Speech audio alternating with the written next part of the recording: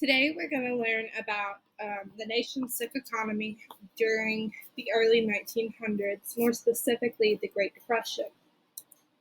To begin, I'm going to read a quote from Gordon Parks that I really think will help you grasp the severity of the Great Depression. It says, I couldn't imagine such financial disaster touching my small world.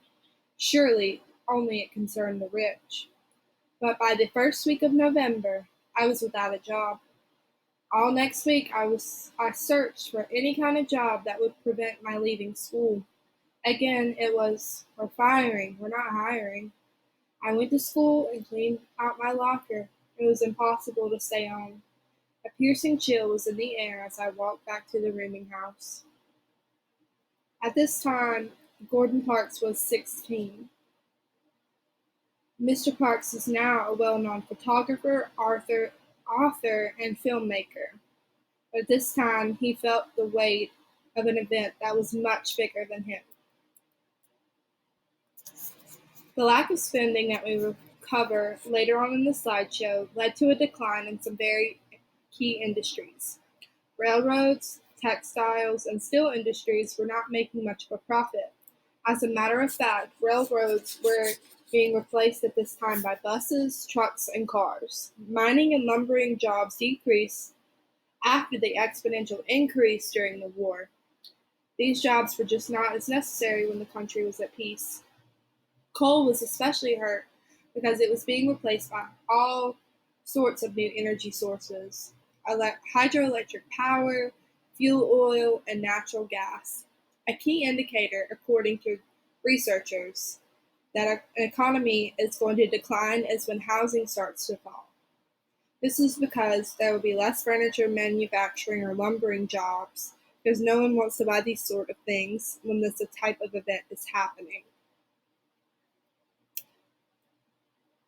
The world of agriculture during this time was the most heavily affected. Throughout the war, the prices of crops rose and so did the demand. Due to the high volume of demand, many farmers decided to take out loans to buy more equipment and to meet this high demand.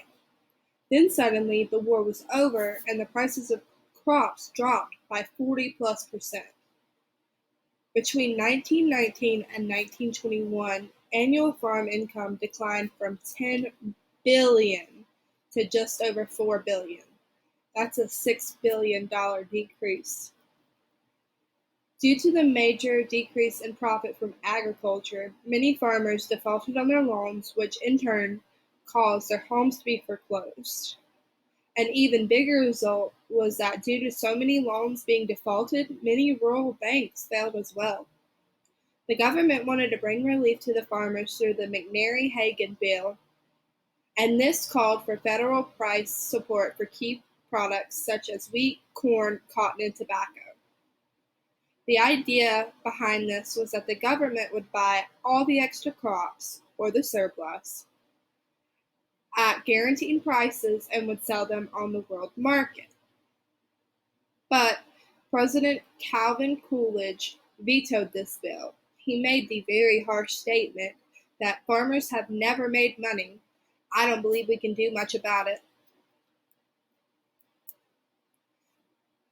The idea of faking it until you make it really hit home within the 1920s. People were buying items on credit, so it seemed as if they were doing much better than they actually were. To buy something on credit means an arrangement in which customers agree to buy now and pay later for purchases, which were often monthly payments with interest. Credit was much easier to obtain back then, and pretty much anyone was able to buy things with credit because there were no government regulations on these. It is much harder to buy things on credit now. When I went to get student loans, they asked me everything. They did a whole background check, and the only thing they didn't ask me was what was my favorite color. People eventually realized that they were not going to be able to pay all the debt that they had accumulated, so they began to spend money. That's not right. So they began to save money. People eventually realized that they were not going to be able to pay for all the debt they had accumulated, so they began to save money.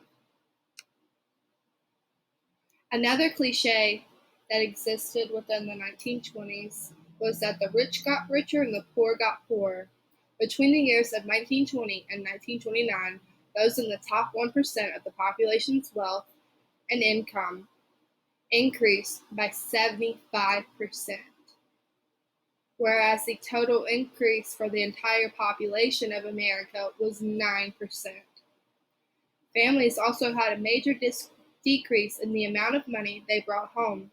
More than 70% earned less than $2,500 a year, which was considered minimum wage at that time, or a decent standard of living. Some other interesting facts during this time period related to housing and family were not even half the homes in the cities had electricity or furnace, and only 1/10 of these homes had an electric refrigerator. But the real problem began with the economy after factories mass produced goods, which led to the increasing of the price, leading the citizens to be unable to buy them. The election of 1928 included the Democratic candidate Alfred E. Smith, who had a long career in politics, and Republican Herbert Hoover, who was the Secretary of Commerce under Harding and Coolidge. Surprisingly enough, Hoover won the election. His victory is credited with the fact that America had been so prosperous with a Republican president since 1920. Also, Hoover commented, "We in America are nearer to the final triumph over poverty than ever." Hindsight is 2020, so we can't really fault Hoover for thinking his term was going to rid the country of poverty. The Dow Jones Industrial Average tracks the stock market through the measure based on the price of 30 representative firms. Americans did not believe that economic downfall was possible because the stock market was doing so well. At least it appeared. You will sometimes hear this time called the Gilded Age, which means that on the surface the economy seemed to be doing well and so did businesses. But beneath the surface, many big businesses were hurting due to the major decrease in production after the end of World War I, and some even suffered from corruption of staff. The economy was much worse than the stock market made it appear. As it states in the textbook, in the 1920s, stock prices rose steadily. The Dow had reached a high of 381 points, nearly 300 points higher than it had been 5 years earlier. People wanted to participate in the stock market because it seemed to be doing so well. When stock prices rise steadily for a period of time, it's called a bull market. And boy, does the saying "like a bull in a china shop" apply here. You'll see what I mean in a minute. Many folks bought on the possible chance of a quick profit, which is called speculation. They ignored the possible risk that came along with this type of stock purchasing.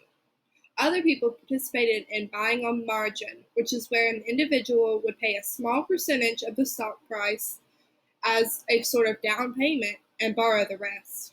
By the time 1929 rolls around, about 4 million Americans own some sort of stock. This was about 3% of the total population of the country. There were also very limited factors that could prevent you from receiving credit. As we talked about earlier, it is much different now. Businesses owners were frantically giving out credit, and there was really no regulation on behalf of the government. As one person put it seemed as if all economic law had been suspended and a new era opened up in which success and prosperity could be had without knowledge or industry. On October 29, 1929, the day came that the bull was in the china shop. One person said, "The bottom fell out of the market and the nation's confidence." People, also known as shareholders, wanted to sell their stocks quickly so they did not lose any more money than they already had. The number of shares people tried to sell that day was about 16.4 million. Yes, you heard that right. Million. And there were millions of more stocks that people were trying to sell to salvage some of their money, but no one would buy. Those who bought stock on credit were left with huge debt, and those who had savings within the bank lost it all. This is why the government insures banks for up to 250,000 per each account. Now, November left investors about $30 billion lighter. To put this in perspective for you, this is about how much World War I cost for Americans, meaning America as a whole spent about $30 billion within World War I. Frederick Lewis Allen, who was the editor of Harper's Magazine, which was quite popular at the time, said, "The big bull market was dead. Billions of dollars worth of profits and paper profits had disappeared. The grocer, the window cleaner, and the seamstress had lost all their capital, or savings. In every town there were families who had suddenly dropped their showy affluence into debt. With the big bull market gone and prosperity going, Americans were soon to find themselves living in an altered world which called for adjustments, new ideas, new habits of thought, and a new order of value."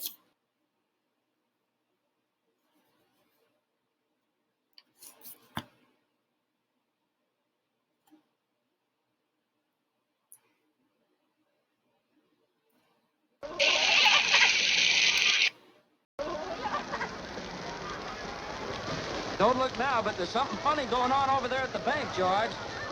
I've never really seen one, but that's got all the earmarks of being a run. Hey, lady, you got any money in the bank? You better hurry. George, let's not stop. Let's go. A minute there. Uh-oh. Please, let's not stop, I'll George. be back in a minute, Mary.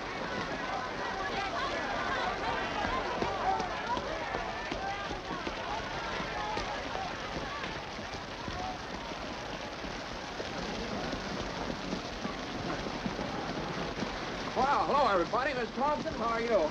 Charlie, what's the matter here? Can't you get in?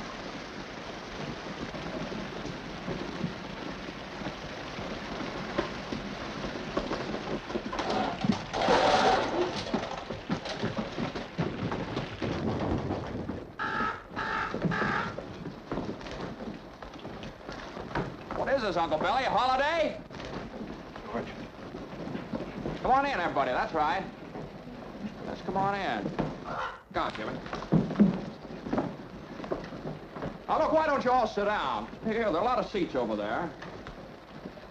Just make yourself at home. George, can I see you a minute? Why did you call? I just did, but they said you left. This is a pickle, George. This is a pickle. All right, now, what happened? How did it start? Well, how does a thing like this ever start? All I know is the bank called our loan. When?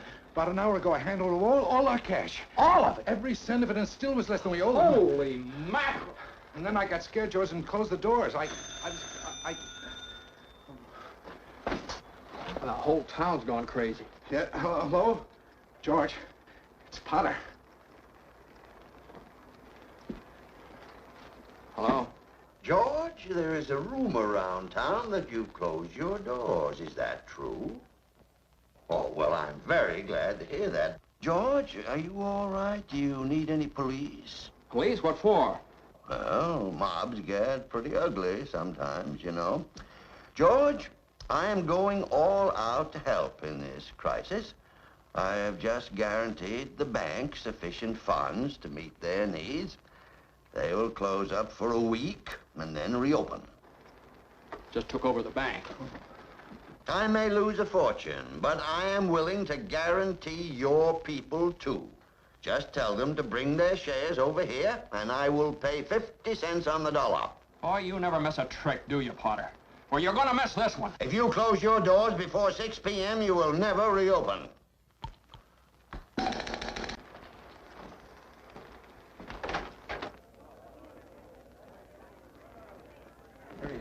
Now, just remember that this thing isn't as black as it appeared.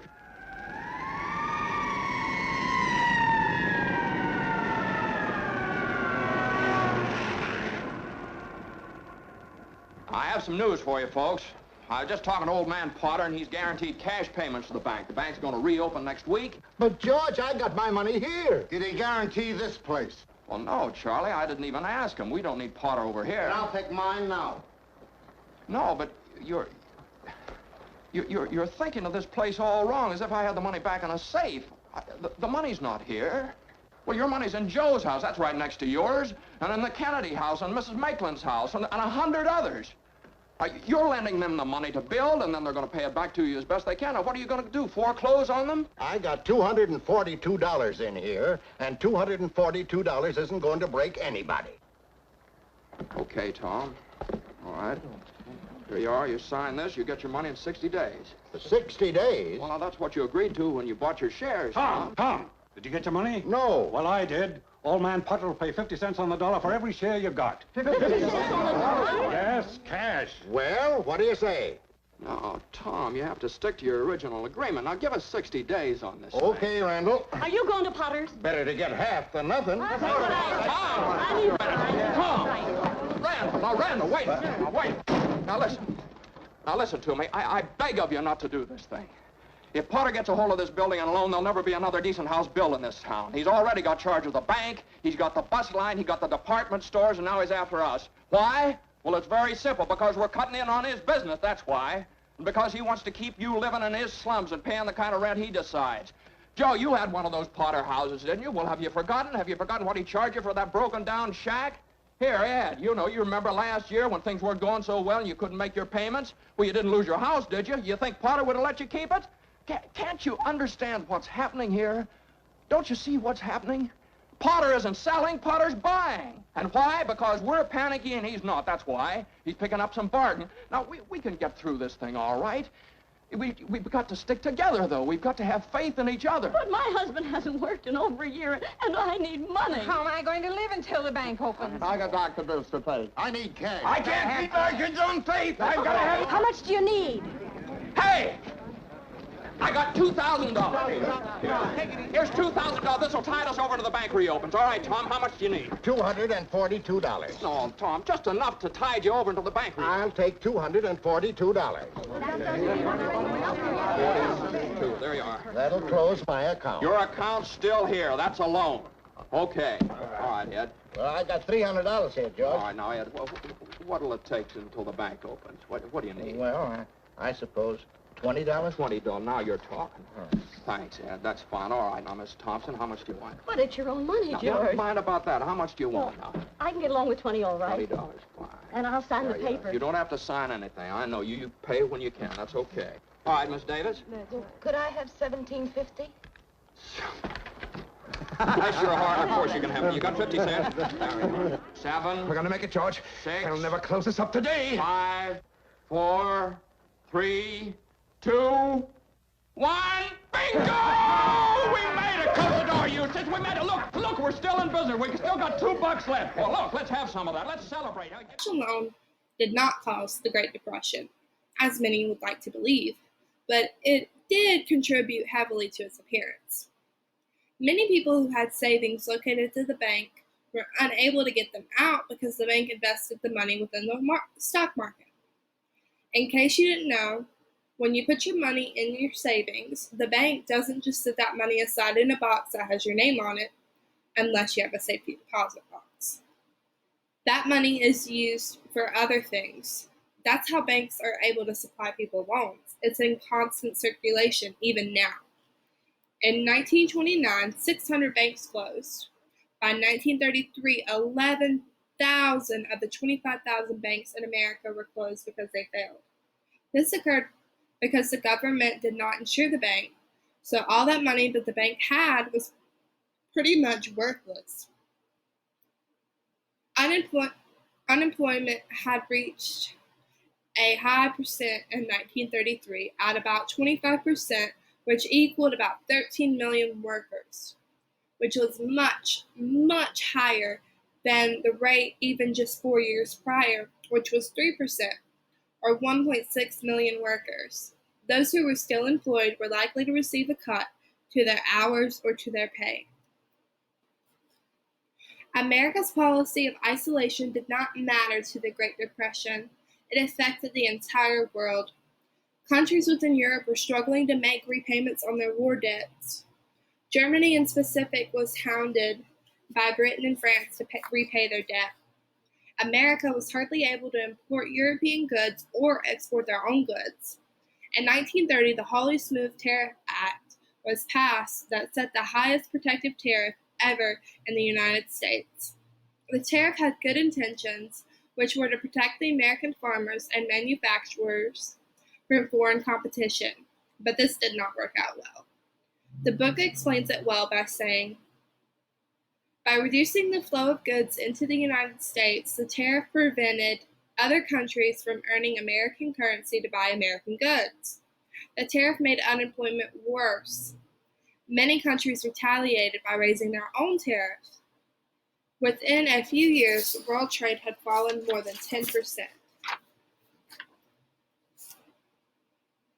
Ultimately, to summarize all that we talked about today, there were many, many causes to the Great Depression. Some of these were tariffs and war debt that made America unable to sell their goods in foreign markets, issues within the agricultural industry, the lack of regulation the government set on who is allowed to buy credit, and the unequal distribution of income.